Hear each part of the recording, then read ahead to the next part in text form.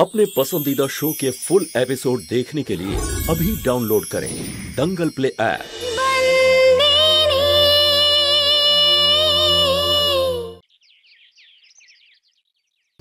কি ভাবছিস সন্তু? দাদু, তুমি কি কাঞ্জি বাগেলার বিষয় সত্যিই কিছু জানো না? না। দাদু, তুমি ওনার সন্তানের বিষয়ে সত্যিই কিছু জানো না?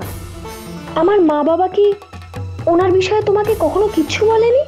তোর মা বাবা চলে যাবার পর আমি তোদের নিয়ে এখানে চলে এসেছিলাম। তার আগে কি হয়েছিল, কাঞ্জি বাগেলার সঙ্গে ওদের কি সম্পর্ক, সেটা আমি কিছু জানি না। কাঞ্জিকেও আমি তাই বলেছি। দাদু, পিসিমাও কাঞ্জি বাগেলার বিষয়ে জিজ্ঞেস করছিলেন। এর মানে হলো উনিও ওনাকে চেনেন। অন্যের ব্যাপারে চিন্তা করবার সময় নেই আমার। আমার নিজেরই অনেক সমস্যা রয়েছে। প্রথমে খেমি হিতেনের প্রসঙ্গ, তারপর মালিকের কাছ থেকে তোর এখানে চলে আসা, আর এখন হঠাৎ খেমির নিখোঁজ হওয়া। আমার অনেক চিন্তা রয়েছে। যা ঘটে গেছে তাকে সামাল দেওয়া অনেক কঠিন ব্যাপার, কিন্তু যেটা হাতে আছে সেটা তো সামলাতে পারি। যার জন্য তুই মালিকের কাছ থেকে চলে এলি কাগজে টিপ ছাপ দিয়ে, সে তো চলে গেল। আর তুই তোর ঘর কেন নষ্ট করছিস? মালিক আসার আগে তুই ক্ষমা চেয়ে নে, যা নিজের বাড়িতে চলে যা। আমার মনের বোঝাটা একটু তো হালকা হবে।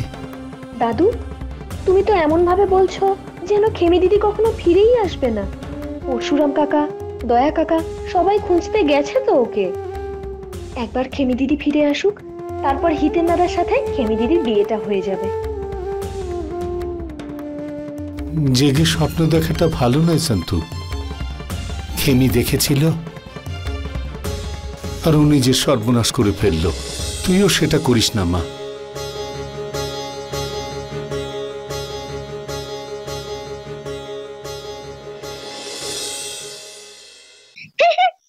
এই তোমরা কি করছো এখানে? কি খুব খেলাধুলা চলছে? কি খবর তোমাদের? বাবা, আরে এসো এসো এসো আমার কাছে এসো। এই তোমার বাবা, তুমি কোথায় গিয়েছিলে? আমি গিয়েছিলাম একটা দূরের গ্রামে। আমাদের নতুন কারখানা হবে একটা, সেটার কাজকর্ম দেখতে।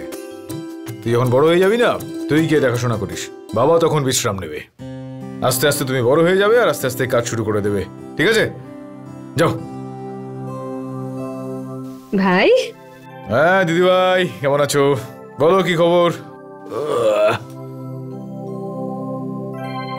খবর কি? কাজ হয়েছে? হ্যাঁ দিদি ভাই, প্রায় পুরোটাই হয়ে এসছে বলতে পারো। কিন্তু কাগজপত্র ওই একজন গ্রামবাসী সে সই করতে অস্বীকার করছে। ও যেদিন সই করে দেবে, ধরে নাও সেদিন থেকে আমার ফ্যাক্টরির কাজ শুরু হয়ে যাবে। তুই নিশ্চয়ই ক্লান্ত হয়ে আছিস, তাই না ভাই? যা তোর ঘরে যা, আমি চা পাঠাচ্ছি। আরে না না, তুমি কেন আবার এসব করতে যাবে? ওই মেয়েটা আছে তো, ওকে বলো না ও চা বানিয়ে নিয়ে আসবে। তুই যা না তোর ঘরে। মালিক মালকিন তো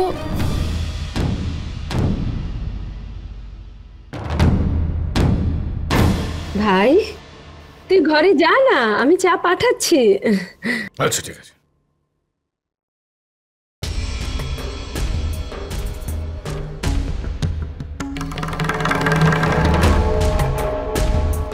হ্যাঁ, রেডিও মনে করিস নাকি নিজেকে? হ্যাঁ, কেউ শুনুক আর না শুনুক, 24 ঘন্টা শুধু বক বক। প্রশ্ন করেছিল তোকে? হ্যাঁ, প্রশ্ন করেছিল তো আমার সাথে কথা বলছিল। আমি যখন বলিনি তখন তুই কেন বলতে গেলি? হ্যাঁ পিসিমা, মালিক ওনার ব্যাপারে। কে মালকি? মানে সন্তুরের কথা জিজ্ঞাসা করছিল আর বললেন যে চা বানিয়ে আনতে। তাই কি সেই জন্য কি ওই গাধাটা বাপের বাড়ি গেছে বলে এই বাড়িতে কি চা হবে না নাকি? হ্যাঁ, যা যা চা বানিয়ে নিয়ে আয়। আর ভালো করে শোন, যেমন চা সন্তুরি বানায় ঠিক তেমন চা বানাবি, বুঝলি? কোথাকার যা।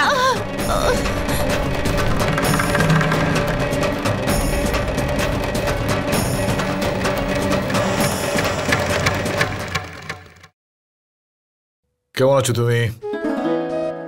হ্যাঁ, আমি আপাতত ভালোই আছি। কি করবো আর আমি, বলো? 4 দিন পর আমি বাড়ি ফিরলাম, কিন্তু কিছু করার নেই, ব্যবসা তো আমাকে করতেই হবে। হ্যাঁ, আমি যাচ্ছি হাত পা মুখ ধুতে, কিন্তু তার আগে আমি এই প্রদীপটা জ্বালিয়ে দিয়ে যাই।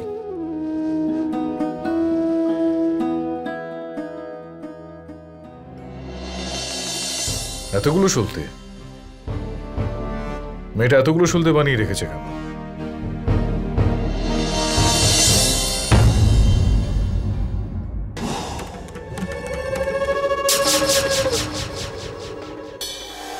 কি করি এখন?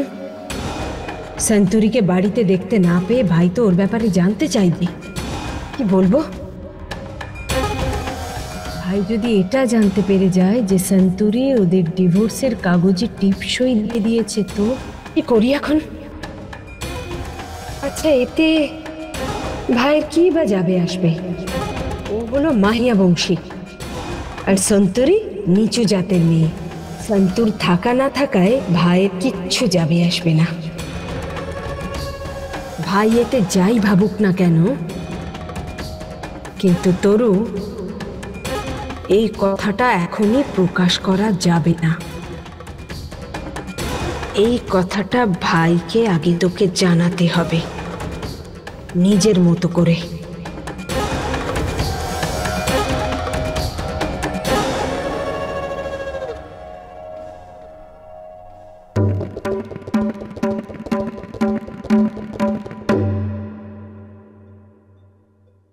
এই নে ভাই, চা।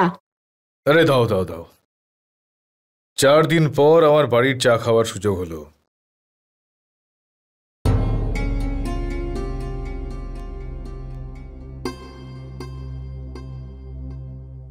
আচ্ছা দিদি ভাই, ওই মেয়েটা কোথায় গিয়েছে? কেননা এটা তো ওর হাতের বানানো চা নয়। কেন, ভালো হয়নি চাটা? হ্যাঁ, চা ভালো হয়েছে, কিন্তু মেয়েটা কোথায় গেছে?